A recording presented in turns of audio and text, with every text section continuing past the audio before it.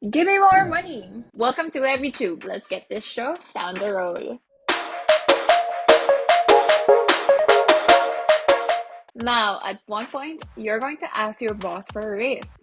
That's not bad at all. Two things can happen with these. They either say no, or you don't even manage to ask for it because you've already chickened out. To help you build more confidence with asking for a raise, I'm here to list all the things you should avoid saying when negotiating your salary.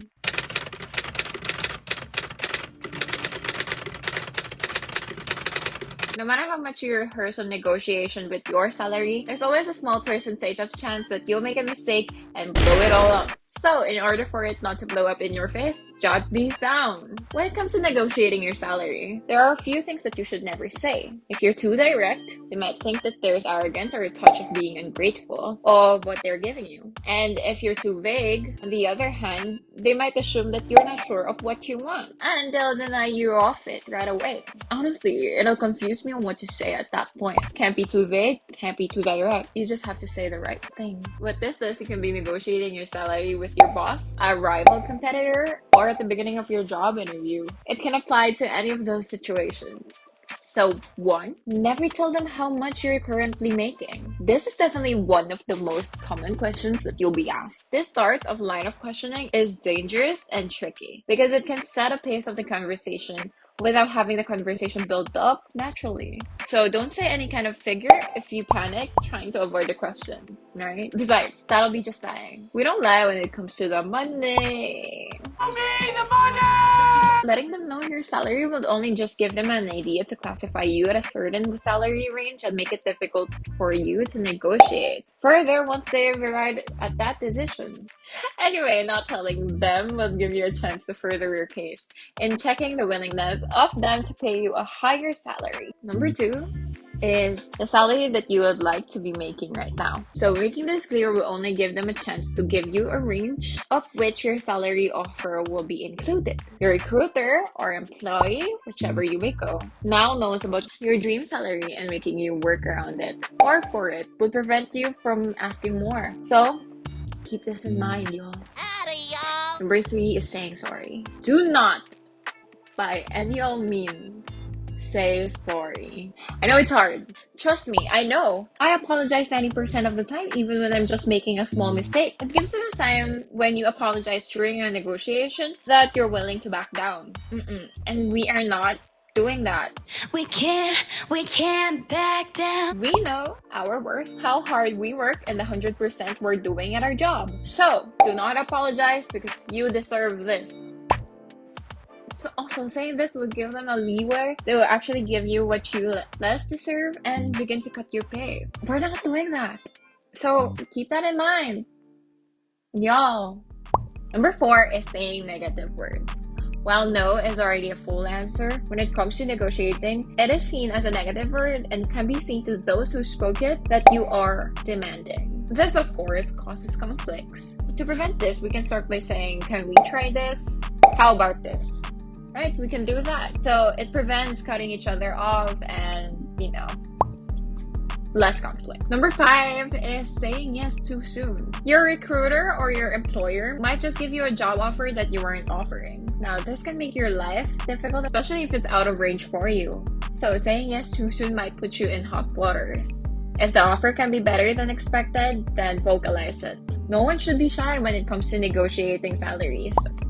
Best thing to do while also doing this is hold off interviews for a while while you're thinking about it, if you would be able to and willing to. Number 6 is saying later. So we have this thing in our culture that we call mañana habit.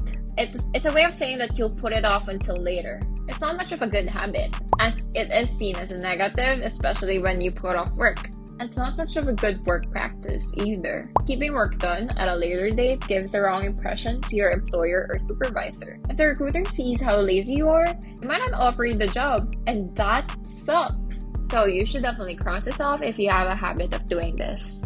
Number 7 is trying. Now, there's also this separate situation where your employer or recruiter, when negotiating salaries, could go, I'm sorry, but this is our final offer. Instead of taking this as a loss, take this as a win to at least say that you tried your best. Stay calm and cool And never forget to thank them and tell them that you appreciate their time, and then wait if they do have a little wiggle room. Everybody has that wiggle room. Wiggle, wiggle. You know, there's this brand named Wiggles. It's actually a chocolate-coated marshmallow. Girl, shut up and finish the video.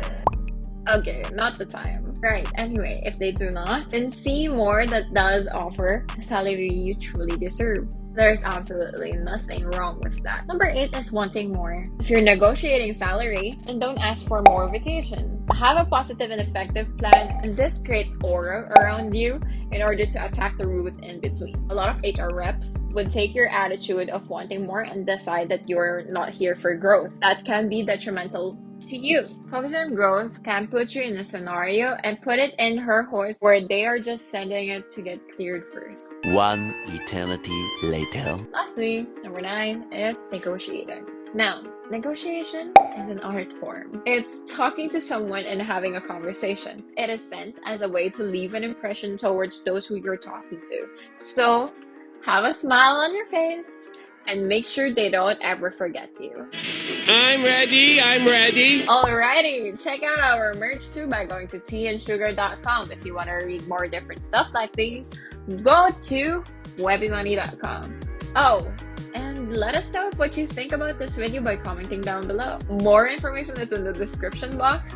Make sure to like and subscribe, and also hit that notification bell too. Thank you guys, see you in the next video. You're going to ask, now at one point we're going to ask, now at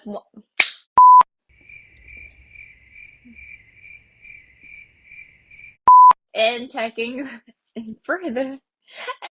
This prevents to prevent this.